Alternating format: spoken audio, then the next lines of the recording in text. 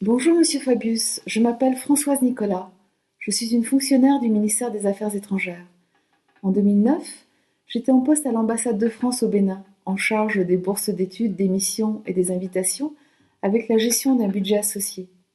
En ne faisant que mon travail, je fus amenée à signaler en interne de graves dysfonctionnements comptables qui laissaient supposer un système de dépenses fictives.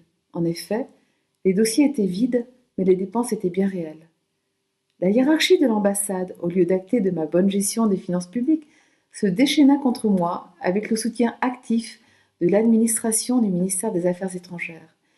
Je dus saisir des avocats et des tribunaux.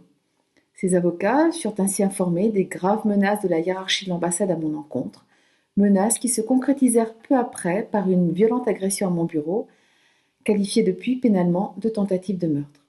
Cette agression me valut d'être rapatriée disciplinaire mais sans commission de discipline et d'être mutée d'office à Nantes et sanctionnée de maintes façons. En mai 2012, vous avez été nommé ministre des Affaires étrangères. Je vous informais aussitôt de ma situation en vous demandant une audience. Vous m'avez fait répondre que cela n'était pas nécessaire. En janvier 2013, à l'occasion de votre unique visite sur le site de Nantes, je vous ai informé de vive voix de ma situation, ce qui me valut de nouvelles sanctions administratives. Pendant ce temps, votre service juridique restait mobilisé pour me priver avec succès de mes droits les plus élémentaires devant les tribunaux en invoquant la raison d'État. Ceci est, me semble-t-il, parfaitement contraire au principe de l'égalité des citoyens devant la loi mentionné dans notre Constitution. Or, depuis février 2016, vous êtes devenu le garant de cette Constitution en devenant le président du Conseil constitutionnel. Et à ce titre, vous avez été amené à vous prononcer sur la constitutionnalité de la loi Sapin II, censée renforcer la protection des lanceurs d'alerte.